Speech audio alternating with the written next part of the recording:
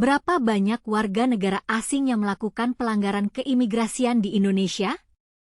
Dalam beberapa waktu terakhir, beberapa kasus pelanggaran keimigrasian telah terjadi di beberapa daerah. Pertama, kita memiliki kasus VR, seorang warga negara Ukraina berusia 24 tahun yang nekat membuat konten pornografi di lokasinya menginap, Ubud Richefield Villa, Gianyar, Bali. Petugas kantor imigrasi kelas 1 TP Denpasar telah mengawasi VR sejak 14 September 2024 dan mendapatkan informasi bahwa VR diduga memproduksi konten pornografi dan mengunggahnya di situs tertentu. VR lalu mengakui sudah memiliki tiket untuk kembali ke negaranya dan berjanji akan segera mendatangi kantor imigrasi Denpasar guna menyelesaikan proses lebih lanjut. Namun, petugas tetap menahan VR hingga akhirnya dideportasi. Kedua, kita memiliki kasus LH dan HJ, dua warga negara asing asal Cina yang dideportasi karena melakukan aktivitas tambang pasir di Kabupaten Pasangkayu, Sulawesi Barat. Keduanya hanya mengantongi izin tinggal kunjungan dan tidak memiliki izin untuk melakukan aktivitas tambang pasir. Ketiga, kita memiliki kasus Marcelo de Carvalho Gomes dan Mayara Lima Pimentel, pasangan suami istri dari Brasil yang diciduk petugas imigrasi karena membuat penginapan tanpa izin di Lampung.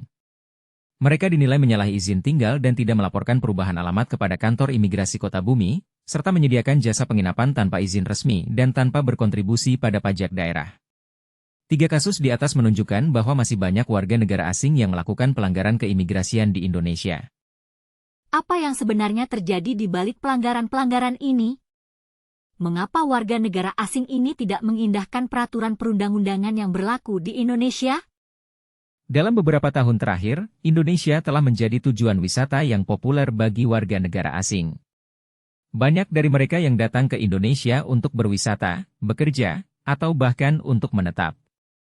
Namun, beberapa dari mereka tidak mengindahkan peraturan perundang-undangan yang berlaku di Indonesia dan melakukan pelanggaran keimigrasian. Pelanggaran keimigrasian tidak hanya merugikan pemerintah dan masyarakat Indonesia, tetapi juga dapat membahayakan keselamatan dan keamanan warga negara asing itu sendiri. Oleh karena itu, pemerintah harus lebih tegas dalam menindak warga negara asing yang melakukan pelanggaran keimigrasian dan memastikan bahwa mereka mengindahkan peraturan perundang-undangan yang berlaku di Indonesia. Bagaimana menurut Anda? Apa yang seharusnya dilakukan oleh pemerintah untuk mencegah pelanggaran keimigrasian di Indonesia?